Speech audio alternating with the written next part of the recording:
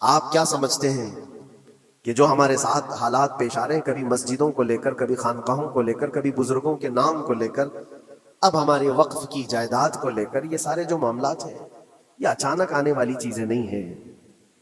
بھانپ لیا گیا ہے تمہاری پوری طبیعت کو، تمہارے مزاج کو، اٹھتا نہیں ہے. ایک دور وہ تھا 100 سال پہلے کا جب یہاں پر موجود انگریز اس قوم کو دیکھ کر یہ کہنے پر مجبور ہو گیا تھا، یہ فاقہ کش موت سے ڈرتا نہیں ذرا، بھوکیوں پر بھوکا رہتا ہے لیکن موت سے ڈرتا نہیں. روح محمدی اس کے بدن سے نکال دو. روح محمدی ان کے بدن میں تھی. انگریز تھر تھراتے تھے. اس قوم کا کوئی جواب ہی نہیں ہے. سب سے زیادہ اگر کسی چیز سے ڈرایا جا سکتا ہے تو موت سے، اور یہ قوم ایسی ہے کفن تو اپنے کندھے پر لے کر گھومتی ہے، جہاں موت آ جائے سو جائے. یہ فاقہ کش موت سے ڈرتا نہیں ذرا، روح محمدی اس کے بدن سے نکال دو. یہ کس کی بات تھی؟ انگریزوں کی بات تھی. اور آج حالات بدل گئے ہیں. سارا کا سارا زمانہ تم پر آج بھوکے بھیڑیا کی طرح جھپٹ پڑا ہوا ہے. اور ان حالات میں آپ سے سوال کرتا ہوں، ایک طرف تیز آندھیاں چل رہی ہیں، ایک طرف گھر کے اندر آگ لگی ہوئی، ایک طرف بھوک اور پیاس کی شدت ستا رہی ہے، ایک طرف تمہارے بھائی بہنوں کی بیماریاں ستا رہی ہیں. جب اتنے سارے معاملات ہو تو اے نوجوانوں بتاؤ تم کیا کرو گے اس وقت؟ رات بھر بیٹھ کر گیم کھیلو گے؟ کیا یہ گیم کھیلنے کا وقت ہے؟ اس نوجوان پر کیا یہ افسوس نہیں ہوتا کہ اس کے پوری امت کے حالات ایسے ہیں کہ بچوں کی چیخیں نکل رہی ہیں اور اس کو پب جی سے فرصت نہیں ہے، ریل بنانے سے فرصت نہیں ہے، یہ مجرے کرتا ہوا گھوم رہا ہے. مسجدیں ویران کیوں ہیں؟ خالی کیوں ہیں؟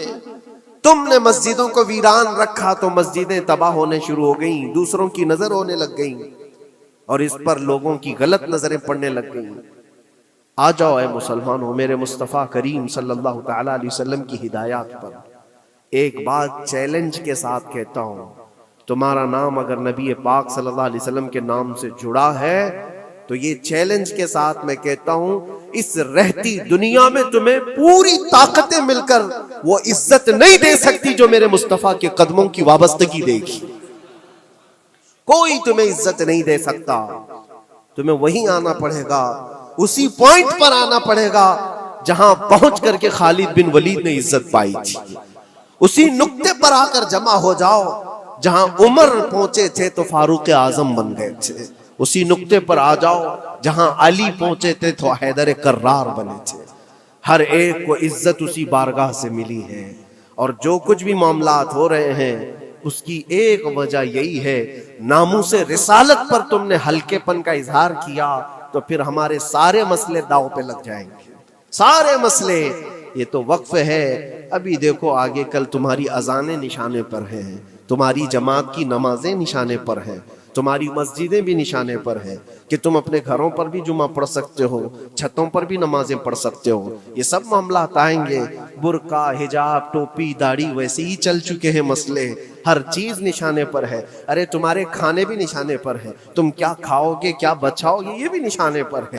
یہ سارے مسائل صرف اسی بنیاد پر ہے. قوت فکر و عمل پہلے فنا ہوتی ہے جب کسی قوم کی شوکت پہ زوال آتا ہے.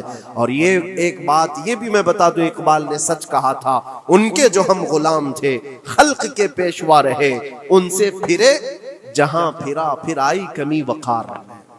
جو کچھ بھی ہوا ہے ہماری عزت و وقار میں کمی کا مسئلہ ان سے پھر جانے کی وجہ سے. نبی پاک سے تم دور ہوئے، یہ عزتوں اور وقاروں میں کمی ہے. عجیب سی بات نہیں ہے، یہ دوگلا پن نہیں ہے. میں ان نوجوانوں سے پوچھتا ہوں، نبی پاک صلی اللہ علیہ وسلم سے سچی محبت کا اظہار کرتے ہو، حضور سے اپنی جان سے زیادہ محبت کی بات کرتے ہو، لیکن جب ان کے اخلاق کی بات کی جائے تو تمہیں اخلاق ان کے پسند نہیں ہے. حضور پاک کا چہرہ نہیں پسند ہے، حضور پاک کے لباس تمہیں نہیں پسند ہے، تو پھر کون سی محبت کی بات کرتے ہو؟ اللہ کے رسول صلی اللہ تعالی علیہ وسلم سے تم بے انتہا محبت کی بات کرتے ہو. پھر وہ محبت کا تقاضا یہ ہے کہ تمہاری ظاہری زندگی میں بھی تو نظر آئے کچھ.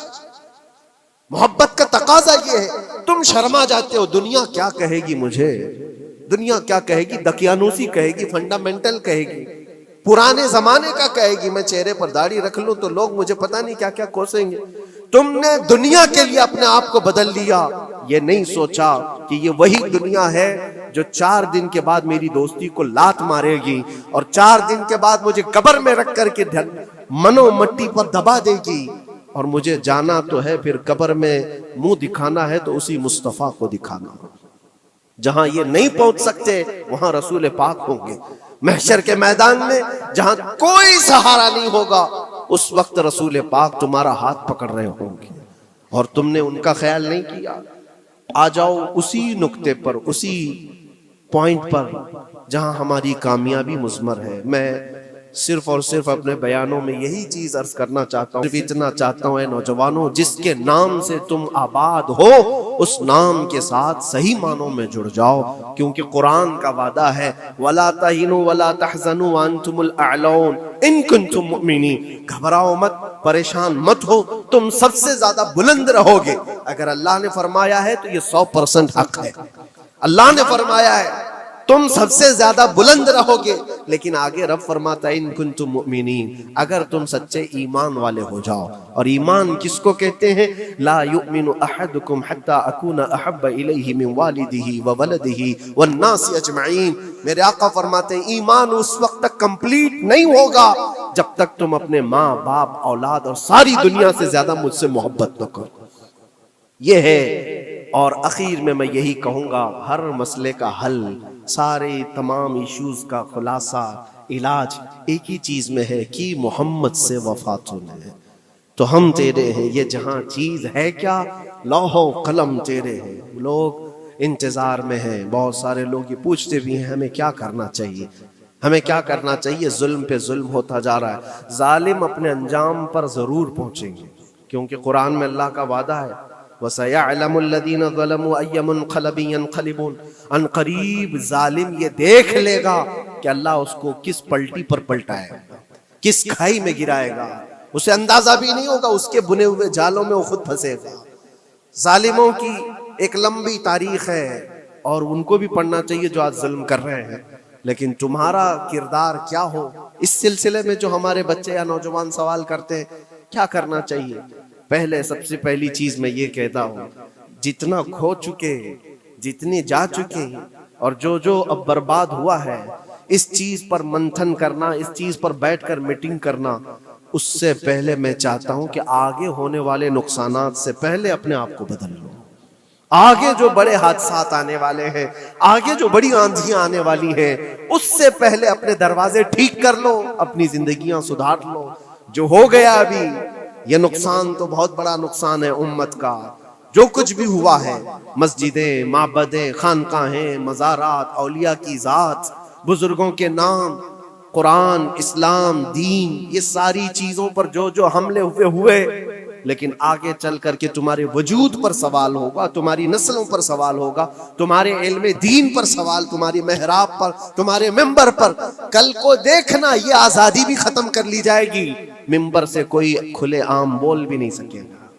یہ آج جو ہم بیان کر رہے ہیں آگے چل کر کے دیکھنا یہ آوازیں بھی بند کر دی جائیں گی کہ کھلے عام کوئی مولوی بول نہ سکے, جو ہم چاہیں وہی بولے.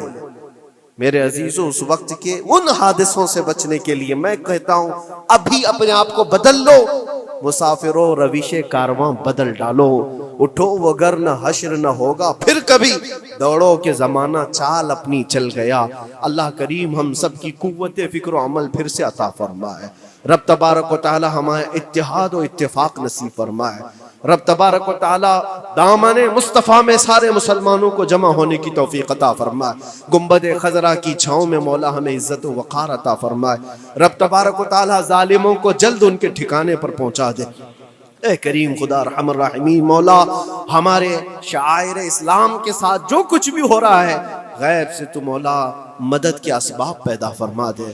ہمارے درمیان مولا قیادت اور سچی قیادت عطا فرما. اے کریم خدا ارحم الراحمین, خصوصاً تیرے دربار میں التجا ہے مولا, فلسطین کے نہتے مظلوموں کی غیب سے مدد فرما. جبرائیل امین کی تائید انہیں عطا فرما. رحمت کے فرشتوں سے ان کی مدد فرما. مولا پورا شہر راکھ کے ڈھیر پر ہے، اے کریم خدا خوشیاں دیکھے انہیں زمانہ بیت گیا، مولا ان کے گھروں میں خوشیاں عطا فرما۔ اے اللہ ان بلکتی ہوئی ماؤں کو، ان کی جو گودیں اجاڑ دی گئی ہیں، ان کے گھر جو برباد کیے گئے ہیں، ان کے شہیدوں کو قبول فرما، ان کے زخموں کو مولا تو شفا عطا فرما۔ اے کریم خدا خصوصیت کے ساتھ ان کے ہمارے اور تیرے دشمنوں کو ہلاک و برباد فرما دے، ان کی زمین ان کے لیے تنگ فرما دے۔ ربنا وآتنا ما وعدتنا على رسلك ولا تخزنا يوم القيامة انك لا تخلف الميعاد برحمتك يا ارحم الراحمين وآخر دعوانا ان الحمد لله رب العالمين۔ پاک کا ہدیہ پیش کریں۔ اللهم صل على سيدنا محمد معدن الجود والكرم وآلہ واصحابہ الکرام وابنہ الکریم وبارک وسلم صلاة دائمة سرمدا ابدا۔ حالات زمانہ کے اعتبار سے اور ہماری حالتوں کے اعتبار سے ایک بہت ہی عمدہ شعر ہے جو بالکل صادق آتا ہے۔ قوت فکر و عمل پہلے فنا ہوتی ہے، قوت فکر و عمل پہلے فنا ہوتی ہے جب کسی قوم کی شوکت پہ زوال آتا ہے۔